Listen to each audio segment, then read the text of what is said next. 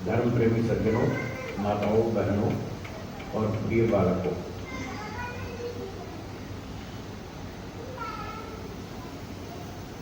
आज हम यहाँ विश्व पर्यावरण दिवस मना रहे हैं।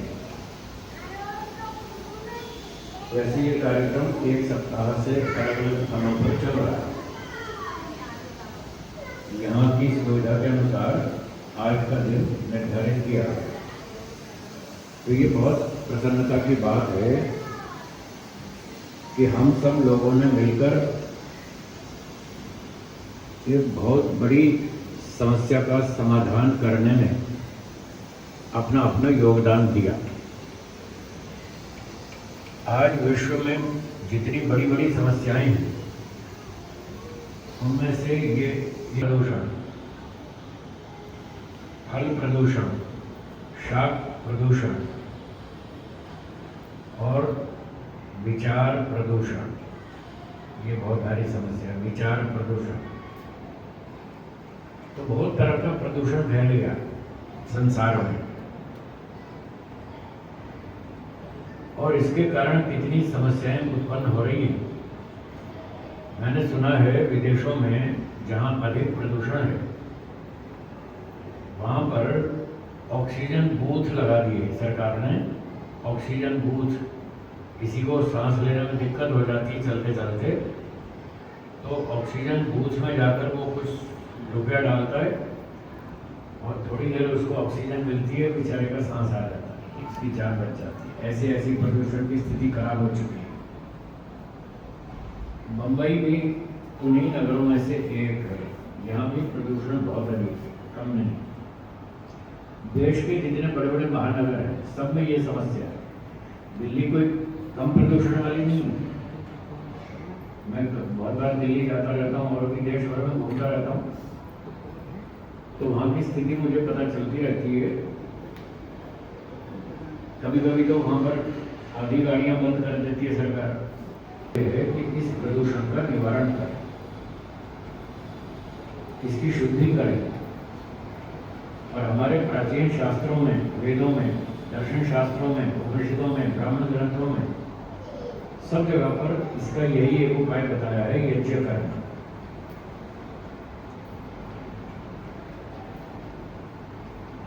हमारे वेद आदि शास्त्रों में यज्ञ को सबसे उत्तम कर्म बताया। और वस्त्र दान करना वो भी अच्छा काम, भूमि दान करना, अन्न दान करना, ये सारे अच्छे काम हैं, पर इनमें सबसे अच्छा है यज्ञ करना। लोग कहते हैं कि यज्ञ करना सबसे अच्छा क्यों है? चलिए आपसे एक प्रश्न पूछता हूँ, आपको उत्तर देना है। बहुत आसान तरीका है। वो आपने कार्यक्रम देखा होगा टेलीविजन में, ABC। कौन बनेगा करोड़पति। उसी स्टाइल से एक सवाल पूछता हूँ। उसमें क्या स्टाइल होता है? अमिताभ बच्चन एक सवाल पूछते हैं, फिर 4 ऑप्शन देते हैं, फिर आपको उसमें से सही उत्तर ढूंढना होता है। उसी ढंग से मेरी ओर से एक प्रश्न है, मनुष्य को जीने के लिए सबसे पहले क्या चाहिए? प्रश्न फिर से सुनिए, मनुष्य को जीने के लिए सबसे पहले क्या चाहिए? 4 ऑप्शन बताऊंगा, उसमें से आपको सही उत्तर ढूंढना है। भोजन, एक हो गया भोजन, दूसरा वस्त्र, तीसरा मकान और चौथा हवा। 4 में से सही उत्तर क्या है? सबसे पहले क्या चाहिए? हवा। आपका उत्तर सही। कभी इनाम नहीं मिलेगा, खाली मैं तो आपको प्रश्न उत्तर कर रहा हूँ। तो हवा चाहिए सबसे पहले जीने को। मनुष्य को जीने के लिए सबसे पहले क्या चाहिए? हवा चाहिए। भोजन के बिना व्यक्ति 15 दिन जी सकता है। 15 दिन खाना नहीं मिले तो मरेगा नहीं। पानी नहीं मिले तो भी कुछ दिन जी लेगा, 2 दिन 4 दिन जी जाएगा। कपड़ा नहीं मिले तो महीनों तक जी सकता है। और मकान के बिना तो लोग सालों तक जी रहे हैं, फुटपाथ पे सो रहे हैं बेचारे, मकान नहीं तो भी सो रहे हैं, जी रहे हैं, चल रहा है। और यदि हवा न मिले तो 5 मिनट जीना मुश्किल है। अब हवा दो तरह की होती है, एक शुद्ध हवा, एक अशुद्ध हवा। तो आजकल वो मोबाइल में एक एप्लीकेशन आती है वेदर मौसम के बारे में, उसमें हवा की शुद्धता अशुद्धता भी बताती है। ये बम्बई की हवा इस समय कितनी शुद्ध है और कितनी अशुद्ध है। तो जीने के लिए शुद्ध हवा चाहिए या अशुद्ध हवा चाहिए? शुद्ध हवा। और बम्बई में तो हालत खराब, वायु शुद्ध बहुत कम मिलती है, दूषित वायु ज़्यादा है। अगर हम ठीक ठाक जीना चाहते हैं और दूसरों को जिलाना चाहते हैं तो हमें सबसे पहले शुद्ध वायु तैयार करनी पड़ेगी। तो हमारे शास्त्रों में लिखा है कई प्रकार का दान होता है, अन्न का दान, भूमि का दान, जल का दान, वस्त्र का दान और शहद का दान, घी का दान, विद्या का दान और वायु का दान, सब तरह का दान होता है। तो जीने के लिए सबसे पहले जैसे अभी आपने बताया कि शुद्ध वायु चाहिए, और अगर हम किसी को शुद्ध वायु का दान करें तो वो अच्छा काम है या सबसे अच्छा काम? सबसे अच्छा। वस्त्र दान करना अच्छा काम, भूमि दान करना अच्छा काम, अन्न दान करना अच्छा काम, और शुद्ध वायु का दान करना सबसे अच्छा काम। और हम जो ये हवन करते हैं, अभी आपने हवन किया, देखा कैसा वायुमंडल हो गया, शुद्ध हो गया, एकदम अच्छी सुगंध आ रही है। आ रही है या नहीं आ रही है? ऐसी सुगंध, ऐसा शुद्ध वातावरण महीने में एक बार चाहिए या हर रोज चाहिए? हर रोज चाहिए। रोटी आप रोज खाते हैं या कभी कभी?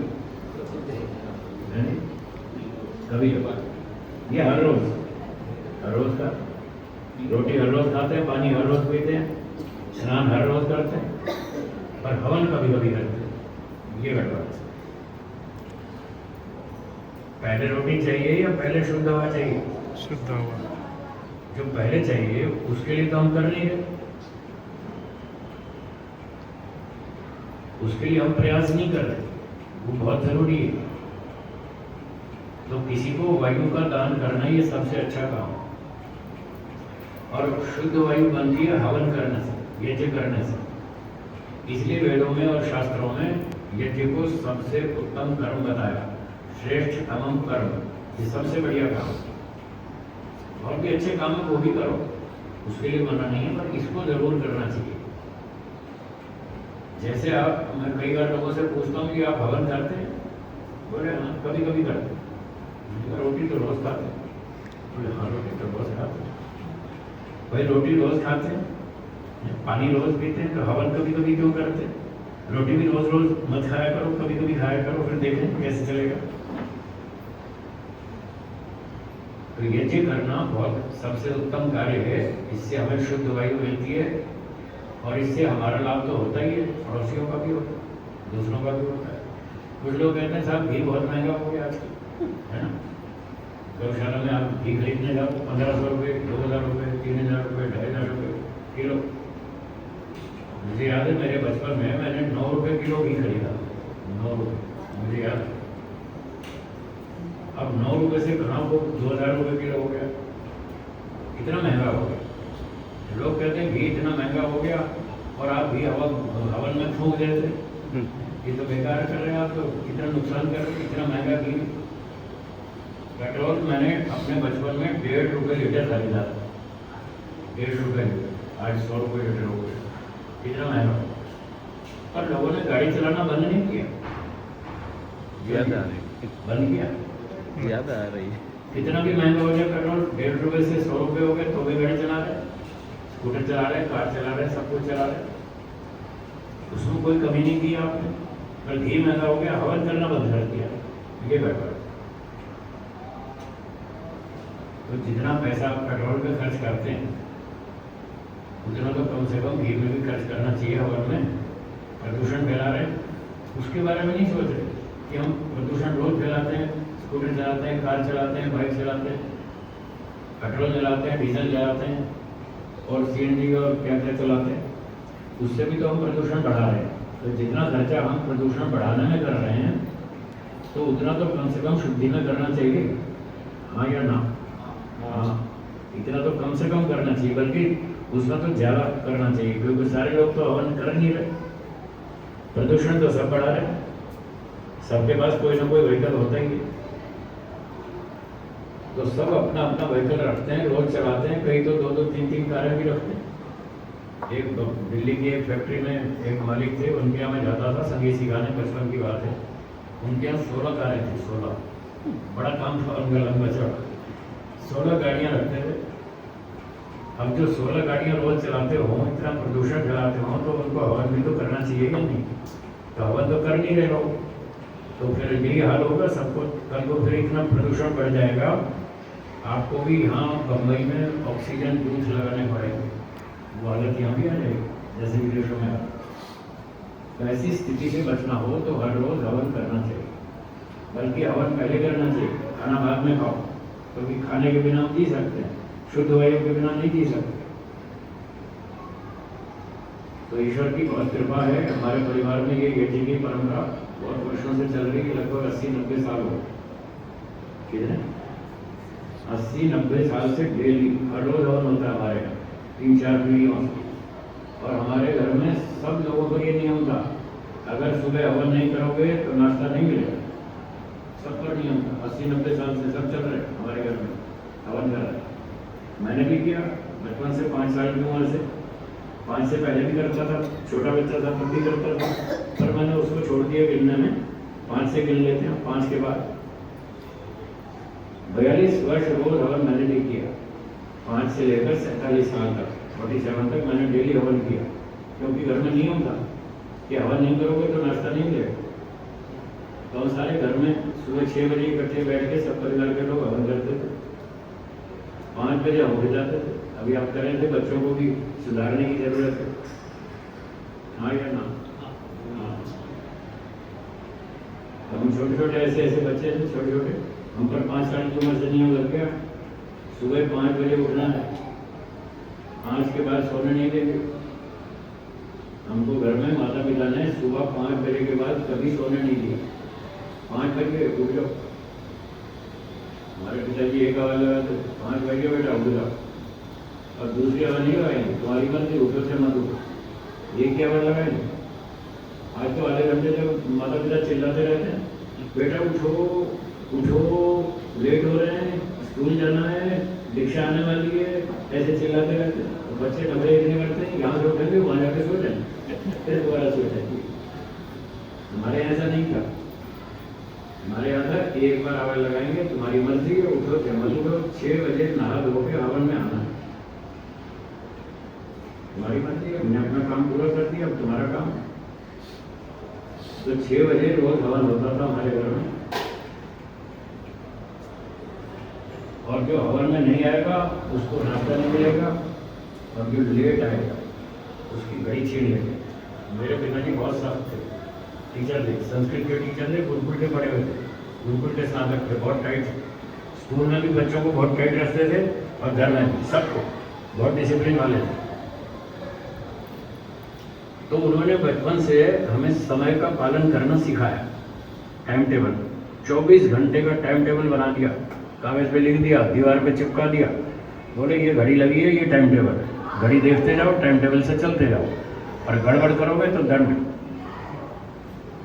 दंड के बिना कोई सुधरता नहीं। मैं बहुत बार कहते ही रहता हूँ, आपने बहुत सुना होगा, सुना है ना? चलिए बोलिए, दंड के बिना कोई सुधरता नहीं है, कोई सुधरता नहीं। तो हम पर दंड लगा दिया, हवन में देर से आओगे तो घड़ी छीन लेंगे, और नहीं आओगे तो नाश्ता बंद, शाम को संध्या नहीं की तो रात का खाना नहीं देंगे, तुम्हारी मर्जी, तुम्हारी मर्जी है। अगर तुमको रोटी खानी है तो टाइम पर आ जाओ, और हवन करना पड़ेगा तो ही नाश्ता मिलेगा, नहीं तो नहीं मिलेगा। मेरे पिताजी ने एक बार मुझे धमकी लगाई, बोले ये हमारा घर है, यहाँ हमारी चलेगी, तुम्हारी नहीं चलेगी। ये हमारा घर है, यहाँ हमारी चलती है, तुम्हारी नहीं चलेगी, जो हम कहेंगे वो करना पड़ेगा, नहीं तो वो दरवाजा खुला है, भाग जाए यहाँ से, हम नहीं रखते घर में। हलवाई के यहाँ जाओ, वहीं बर्तन मांगो, वहीं खाना, वहीं सोना, हमारे घर का नहीं खाना, यहाँ आना है तो हमारा कानून चलेगा। हमने कहा कि ठीक है, मुझे यहाँ रहेगा। मैंने कहा तुमको यहाँ रहना है या नहीं? मैंने कहा हाँ रहना है तो फिर जो हम कहेंगे वो करना पड़ेगा।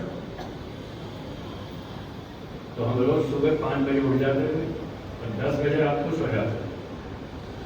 10 के बाद हमको कभी जागने नहीं दिया घर में। बचपन से वो खुद सो जाते थे हमारे माता पिता। आप बता रहे थे ना पहले हमको खुद सुधरना पड़ेगा, तब बच्चे सुधरेंगे, देख देख के सुधरते। तो हमारे माता पिता रात को 10 बजे सो जाते थे और सुबह वो 4 बजे उठते थे। हम बच्चे थे, हमको 5 बजे उठाते और फिर तब से हमारे यहाँ रोज हवन चल रहा है,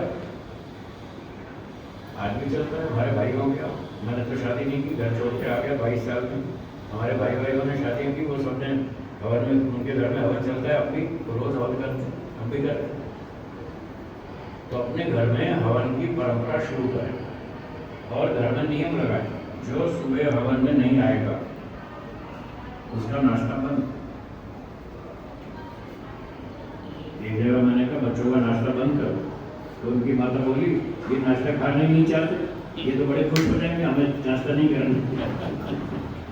मैंने कहा अच्छा, अगर ये दंड से काम नहीं होता तो दूसरा लागू करो। एक भी दंड सब पर काम नहीं करता। जिस दंड से उनको कष्ट होता है, परेशानी होती है, वो दंड लगाओ। अगर ये नाश्ता खाना नहीं चाहते तो कोई बात नहीं, ये दंड हटा लो, दूसरा लगाओ। दूसरा कौन सा? कि आपको टीवी नहीं देखना चाहिए। जिस दिन हवन नहीं करोगे उस दिन टीवी बंद, कार्टून बंद, पिक्चर बंद, मोबाइल फोन बंद, कंप्यूटर बंद। ऐसे दंड लगाओ, देखो सुधर जाएंगे। हाँ या ना? आजकल तो मोबाइल इतना घुस गया आदमी की लाइफ में, बस पूछो मत। बड़े तो बड़े, बच्चे भी, सबके दिमाग में बस मोबाइल चाहिए, हर समय मोबाइल चाहिए। छोटे छोटे वीडियो देखे मैंने बच्चों के, छोटे छोटे बच्चे 1.5 साल का, 1 साल का, उसको मोबाइल दो तो खुश है, और मोबाइल चाहिए हो तो लेट जाएगा, रोना धोना शुरू कर देगा मेरा मोबाइल का। 1-1.5 साल के बच्चे रोने धोने लग गए, बताओ इतनी गलत आदत। तो बच्चों को मोबाइल से थोड़ा दूर रखें। मोबाइल का नाम है मोबाइल फ़ोन। मोबाइल मतलब चलता फिरता। ये तो चलते फिरते लोगों के लिए होता है। व्यापारी लोग देश भर में घूमते रहते हैं, उनको मोबाइल चाहिए। या फिर मेरे जैसे बच्चे कि मैं देश में घूमता रहता हूँ, मुझे मोबाइल चाहिए। मैं मोबाइल से प्रचार करता हूँ, रोज़ फेसबुक पे मैसेज लिखता हूँ। कम से कम मेरा मैसेज 2 लाख लोगों को रोज जाता है। 2 लाख फेसबुक पे, इंस्टाग्राम पे, व्हाट्सएप पर और जगह। फिर लोग उसको शेयर करते रहते हैं आगे आगे। और किसी दिन लेट होते हैं मैसेज तो कहते हैं गुरु जी क्या बात है, आज भूल गए क्या? है एक ने तो यूँ कहा, गुरु जी तबीयत तो ठीक है ना, आज मैसेज नहीं भेजा, आपकी तबीयत तो ठीक है। मैंने कहा हाँ भाई ठीक है, अभी भेज रहा हूँ। तो मतलब लोग इतनी प्रतीक्षा करते हैं इस मैसेज की, उनको सुबह सुबह एनर्जी मिलती है। इतने बढ़िया वेदों के संदेश होते हैं, उसको पढ़ करके खूब एनर्जी आती है और खूब पूरा दिन खुश रहते हैं, मस्त रहते हैं, उससे बहुत अच्छी प्रेरणा मिलती है। तो हर चीज़ का उपयोग करना चाहिए, सदुपयोग करना चाहिए, दुरुपयोग नहीं करना चाहिए। मोटर गाड़ी है, स्कूटर है, कार है, उसका उपयोग करें, सदुपयोग करें, दुरुपयोग नहीं करें। व्यर्थ में चलाते रहते हैं। कॉलेज वाले विद्यार्थी मैंने देखा फालतू में पेट्रोल जलाते रहते हैं, कुछ काम नहीं। प्राणियों की रक्षा करनी है, मनुष्यों की भी, अन्य प्राणियों की भी, सबको शुद्ध वायु सबको चाहिए, सिर्फ मनुष्य को नहीं। गाय घोड़े पशु पक्षियों सबको शुद्ध वायु चाहिए। और उसका सबसे बढ़िया तरीका है हवन करना। और एक दूसरा तरीका है वृक्ष लगाना। वृक्षों से भी हमको बहुत पर्यावरण के लिए बहुत सहयोग मिलता है, ऑक्सीजन भी मिलती है और वर्षा को लाने में भी वृक्षों का बहुत अच्छा योगदान। भूमि कटाव को रोक। तो जो इस तरह के 2-4 अच्छे काम हैं प्रदूषण के निवारण के लिए, पर्यावरण की शुद्धि के लिए, मनुष्यों की और सब प्राणियों की रक्षा के लिए, वो सब हमको करने चाहिए। और इन सारे कार्यों में सबसे उत्तम देखेगा, उसको जरूर करना है। हमने रॉकेट से बहुत सारे चित्र बनाए, छापे, सबके घरों में आप भेजे, देश भर में, विदेशों तक भी भेजे। उसमें एक फोटो बनाया, श्री रामचंद्र जी हवन कर रहे, श्री कृष्ण जी हवन कर रहे। आपने रामायण सीरियल देखा होगा, है? माता कौशल्या जी उसमें हवन कर रही, रामायण में लिखा। और श्री कृष्ण जी हवन कर रहे हैं, उनका भी फोटो दिया, सीरियल में भी दिखाया, बड़े बड़े यज्ञ करते थे। राजा युधिष्ठिर जी ने राजसूय यज्ञ किया था। जितने बड़े बड़े राजा महाराजा सब बड़े बड़े हवन करते थे, महीनों तक चल रहे थे, लंबे लंबे हवन चलते थे। तो ये यज्ञ की परंपरा महर्षि दयानंद जी ने सत्यार्थ प्रकाश में लिखा है, जब तक हमारे देश में यज्ञ की परंपरा चलती रही तब तक हमारा देश खुशहाल था और संपन्न था, खुशहाल था, धन संपन्न था, बहुत प्रसन्न थे भारत के लोग। और जब से ये यज्ञ परंपरा छूट गई, बस तब से ये समस्याएं बढ़ गई। तो हमें अपने देश की रक्षा करनी है, प्राचीन परंपराओं से ही हम अपनी रक्षा कर पाएंगे। तो वेदों में भी लिखा है, शास्त्रों में लिखा है, यज्ञ सबसे उत्तम कर्म है, यज्ञ करना चाहिए। खाना एक टाइम ना मिले तो कोई बात नहीं, पहले हवन करना चाहिए। तो वो लोग जो कहते हैं कि इतना महंगा हो गया, 2000 रुपये किलो घी हो गया और आप ये अग्नि में डाल के फूंक देते, तो उन लोगों के लिए मेरा उत्तर है, अग्नि में कोई भी डाली हुई वस्तु वो बेकार नहीं जाती, व्यर्थ नहीं जाती, बल्कि उसकी शक्ति कई गुना बढ़ जाती है। पहले माताएं चूल्हे पर खाना बनाती थी, गैस तो बाद में, अंगीठी चूल्हे पर खाना बनाती थी, फिर वो दाल बना ली, फिर उसको छौंक लगाती, फिर छौंक में घी डालते हैं, थोड़ा हींग डालते हैं, थोड़ा नमक डालते हैं, थोड़ी मिर्ची डालते हैं, हल्दी डालते हैं। तो उस समय मैंने देखा बचपन में, जब अंगीठी पर छौंक लगाते थे दाल में, तो जब मिर्ची का चमची भर के डालते थे तो कभी कभी थोड़ी सी मिर्ची अग्नि में अंगीठी में गिर जाती, उस छौंक वाली कटोरी में से क्यों आता नीचे गिरा, अरे ऐसे ही चल रहा था, तो थोड़ी सी मिर्ची अग्नि में गिर गई और फिर देखो कितना उसका चमत्कार होता है। वो इतनी सी मिर्ची, छोटी सी मिर्ची अगर अग्नि में जल जाए तो क्या वो नष्ट हो जाती है या पूरे मोहल्ले में फैल जाती है? उसका जो धुआं होता है मिर्ची का पूरे मोहल्ले में फैल जाता है और वहीं से किसी को छींक आनी शुरू होती है, कोई खांसना शुरू करता है, वहीं घर बैठे बैठे आशीर्वाद देते हैं, किसी ने बहुत अच्छा किया, मिर्ची जला के बहुत अच्छा किया, वहीं से आशीर्वाद देते हैं, घर में बैठे बैठे।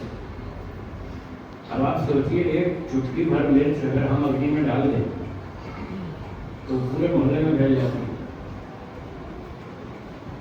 कई गुना हो जाती है। और इतना सारा घी जलाएंगे, 100 ग्राम 200 ग्राम घी जलाएंगे तो क्या वो बेकार हो जाएगा? उसकी ताकत कितनी बढ़ जाएगी, पूरी सोसाइटी में जाएगा। वैज्ञानिकों ने परीक्षण किए इस पर, दिल्ली में भी, बम्बई में परीक्षण किए कि हवन करने से जो यज्ञ में हम घी जलाते हैं उससे क्या क्या लाभ होते हैं। उन्होंने परीक्षण किए और बताया कि इससे बहुत अच्छी वायु की शुद्धि होती है। जहाँ पर यज्ञ किया जाता है उसका परीक्षण किया, अपना साइंटिफिक परीक्षण किया, मशीनें लगा के, और बताया कि इससे बहुत बहुत लाभ होता है। बहुत सारे कीटाणु मर जाते हैं बीमारी के, चेचक के और दूसरे चीज़ें। उस समय चेचक चल रही थी तब ये परीक्षण हुए थे, तो उन्होंने कहा इससे चेचक के, एक कारखाने से गैस छूट गई थी तो बहुत सारे लोग मर गए रात को। तो उस समय की घटनाएं बताई, 2 परिवारों ने रात को हवन किया, 2 बजे 2:30 बजे। उस गैस के प्रभाव से बचने के लिए रात को, एक कोई त्रिवेणी परिवार था, एक आध और भी था, 2 परिवार वालों ने रात को 2-2:30 बजे हवन किया और वो 2-3 घंटे तक हवन करते रहे सुबह तक। और फिर पता चला कि उस परिवार में किसी को कुछ नहीं हुआ, सब ठीक ठाक थे। और बाहर सड़क पे और बाहर के लोगों ने, बहुत सारे लोगों को उससे नुकसान हुआ, कई तो मर भी गए, कई उनकी आंखें लाल हो गई और वो वर्षों तक उसका प्रभाव रहा। मैंने भी देखा है, भोपाल के सज्जन थे, नारायण दास जी, गुरुकुल होशंगाबाद में आते थे, तो वो बोले उस दिन मैं भी वहीं था, भोपाल में ही था जिस दिन ये गैस कांड हुआ। तो उनको असर हो गया, तो उनकी आंखें लाल रही वर्षों तक, लाल ही लाल, ठीक नहीं हुई। तो हवन ने उन लोगों की जान बचाई जिन लोगों ने उस रात को हवन किया। तो ऐसे ऐसे बहुत सारे उदाहरण मिलते हैं, प्रमाण मिलते हैं। यज्ञ करने से बहुत लाभ होता है, यज्ञ से आयु बढ़ती है, स्वास्थ्य अच्छा होता है, बीमारी के कीटाणु कम होते हैं, शरीर की इम्यूनिटी पावर बढ़ती है, हमारी रोग प्रतिरोधक क्षमता वो इससे बढ़ती है, व्यक्ति जल्दी से बीमार नहीं होता। तो मैंने भी और बहुत सारे लोगों ने जो जो हवन किया उनको बहुत सारा लाभ हुआ। अभी पीछे कोरोना आया था, कोरोना का टाइम आया था ना, मुझे कोरोना नहीं हुआ, बहुत सारे लोग बच गए। उनकी इम्यूनिटी पावर अच्छी थी, तो मुझे उस यज्ञ करने से बहुत अच्छा लाभ हुआ। 42 साल मैंने हवन किया, उससे मेरी पावर अच्छी है। अब भी मैं देश भर में घूमता हूँ, शायद आप नहीं घूम सकते जितना मैं घूमता हूँ। आप एक दो यात्रा करके आते हैं, साइड थक जाते हैं। और मैं साल भर घूमता हूँ, एक भी छुट्टी नहीं मनाता, 365 दिन काम करता हूँ। होली, दिवाली, 15 अगस्त, 26 जनवरी कोई छुट्टी नहीं, 365 दिन काम करता हूँ और भगवान की कृपा से मेरा शरीर ठीक है। देश भर में अलग अलग प्रांतों में जाना, कश्मीर में जाना, पंजाब में जाना, हरियाणा, राजस्थान, चंडीगढ़ और फिर वो दक्षिण भारत तक, पांडिचेरी, चेन्नई, बेंगलोर, पूरे देश में घूमना, उड़ीसा, कलकत्ता, बंगाल, सब जगह घूमता हूँ। और इस यज्ञ के कारण मुझे उसके बहुत सारे लाभ हुए यज्ञ से, जिससे मैं ये सब सहन कर लेता हूँ ईश्वर की कृपा से। तो इससे बहुत